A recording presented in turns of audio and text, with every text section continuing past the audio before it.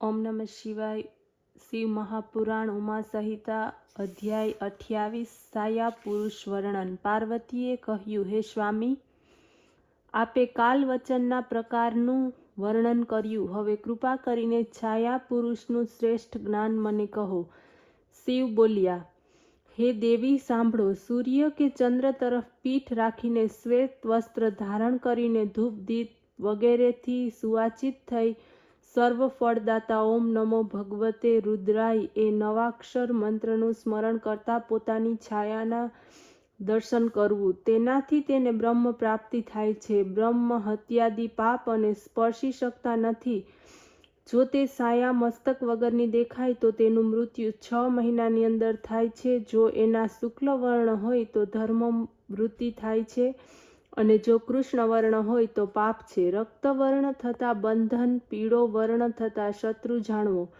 જો છાયા નાક વગરની હોય તો વિવાહ, બંધુ, મૃત્યુ અને અન્નનો અભાવ થાય છે। જો કઠિન હોય તો પત્નીનો વિનાશ, પગ ન હોય તો સર્વથા નાશ સૂચવાય છે। હે પાર્વતી, એ સાયા પુરુષને જોઈને નવાક્ષર મંત્રનો અંતઃકરણમાં જપ કરવો। જો 1 વર્ષ સુધી તમે જપતા રહો તો એને સિદ્ધિઓ પ્રાપ્ત થાય છે। હવે કઠિનતાથી પ્રાપ્ત થનારી શક્તિનું વર્ણન વર્ણવું છું। એક ગુપ્ત વિદ્યા હોય છે જે બ્રાહ્મણોના મસ્તક ઉપર વિદ્યમાન છે, જેની વેદો પણ સ્તુતિ કરે છે। તે જ વિદ્યા પ્રાણીઓમાં પણ રહે છે, તેને જ ખેરારી કહેવામાં આવે છે। એ દ્રશ્ય, અદ્રશ્ય, ચલા, નિત્યા, વ્યક્તા, અવ્યક્તા, સનાતન છે। વર્ણરહિત તેમજ વર્ણસહિતા એ બિંદુ માલિની પણ છે।